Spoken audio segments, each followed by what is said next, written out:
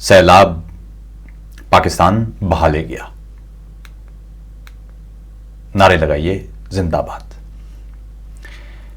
ایک ایسے وقت میں جب پاکستان میں لاکھوں گھر بہہ گئے، بارانی طوفان اور سیلاب کے ہاتھوں سینکڑوں افراد جان سے ہاتھ دھو بیٹھے، لاکھوں افراد نے اپنے مال مویشی اور بنیادی ضرورت کی چیزیں کھو دیں، تب پاکستانی ٹی وی چینلز پر سیاسی ڈرامے پورے جوش و خروش سے نظر آئے.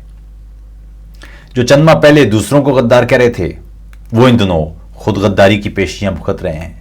جو کچھ ماہ پہلے خود غداری کی پیشیاں بھگت رہے تھے، وہ ان دنوں بغاوت اور غداری کے پرچے کاٹ رہے ہیں.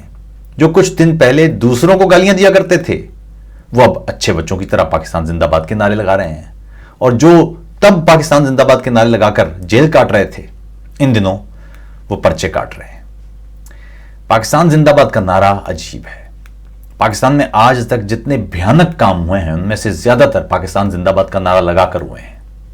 جتنی بار قوم پر فوج کشی ہوئی، پاکستان زندہ باد. جتنی بار دستور شکنی ہوئی، پاکستان زندہ باد. جتنی بار عدالتی ترازو میں بوٹ رکھ کر انصاف کا شیرازہ بکھیڑا گیا، پاکستان زندہ باد. ایک کہتا ہے پارلیمان سپریم، پارلیمان زندہ باد. دوسری طرف سے آواز آتی ہے جی نہیں، عدالت سپریم، عدلیہ زندہ باد.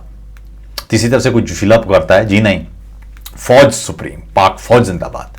پھر ایک طرف سے آواز آتی ہے کہ ساری قربانیاں تو صحافیوں نے دی ہیں، آزادی صحافت زندہ باد. کبھی آپ نے سنا ہے پاکستانی قوم سپریم ہے، یا پاکستانی قوم عظیم ہے، یا ساری قربانیاں پاکستانی قوم نے دی ہیں اس لیے پاکستانی قوم زندہ باد؟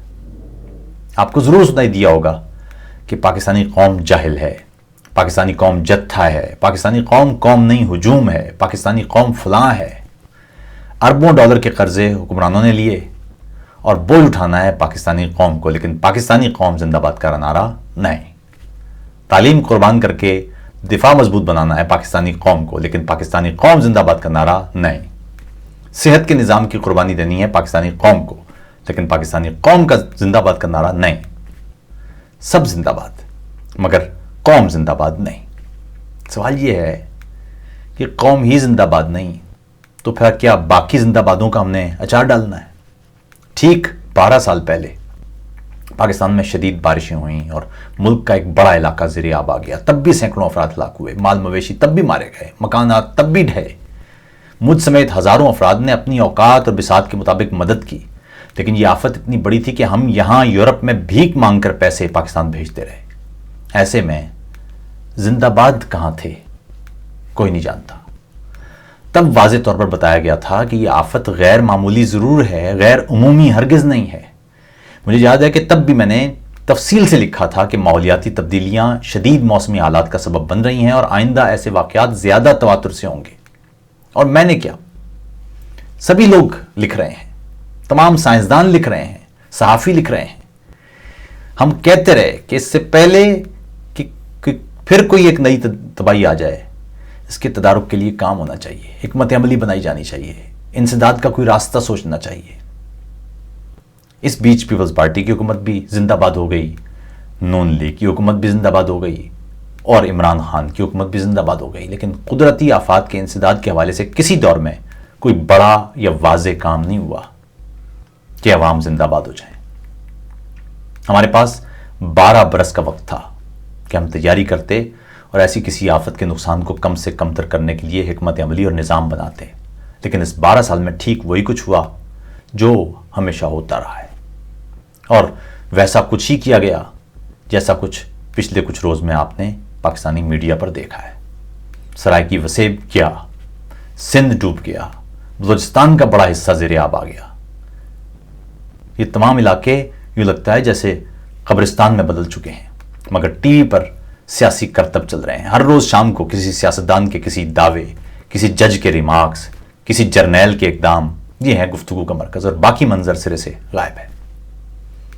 وہ پہلے ہم کہتے تھے کہ لوگ لاپتہ ہوتے ہیں. صاحب صرف لوگ لاپتہ نہیں ہوتے، خبریں بھی لاپتہ ہوتی ہیں. وہ میڈیا جو دنیا کے کسی دور افتادہ ملک میں کوئی معمولی خبر بھی پوری چٹخارے کے ساتھ بتاتا ہے، وہ ایسے میں چپ. جسے کسی اداکارہ کے جوتوں کی ہیڈ لائن وہ یاد رہتی ہے، وہ ایسے میں چپ. جسے کسی سیاستدان کے کتوں پر ڈاکیومنٹری کے لیے وقت مل جاتا ہے، ایسے میں وہ چپ.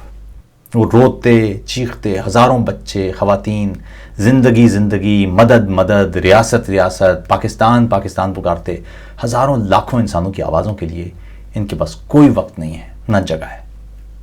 اور قوم میں تقسیم کا حال یہ ہے کہ پوچھو وزیر اعظم اس وقت قطر میں کیوں ہیں، تونسا میں کیوں نہیں ہے، تو آواز آئے گی کہ قطر کا دورہ زیادہ عام تھا، پیسے لانے ہیں، پیسے نہیں ہیں.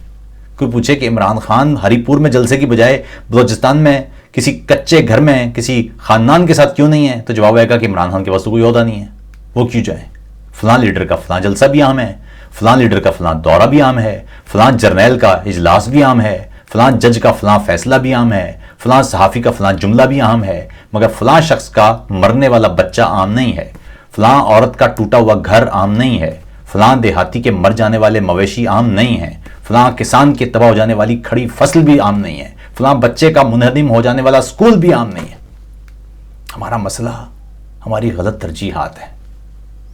یہاں جرمنی میں ایک چانسلر ہوا کرتے تھے ہیلمٹ شمڈ. کہتے ہیں چانسلر بننے سے قبل وہ ہیمبرگ شہر کے میئر تھے.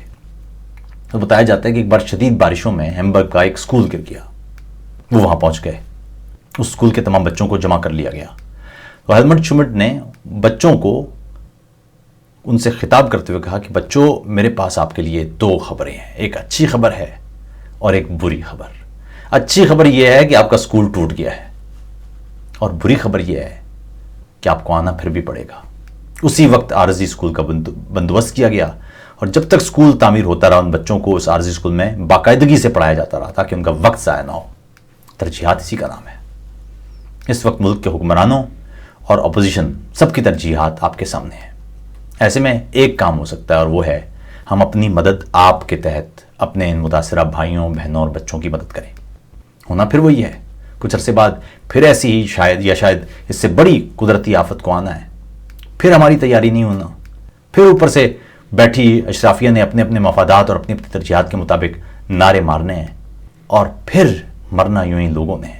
ہم سب کو پاکستان زندہ باد کا نعرہ لگاتے ہوئے سیلاب، بارش، بھوک، جہالت، ننگ، گندگی، بیماری اور خوف سے مر جانا ہے، نعرے لگاتے لگاتے. کہیں نعرہ سنیں تو ضرور بتائیے گا. پاکستانی قوم زندہ باد.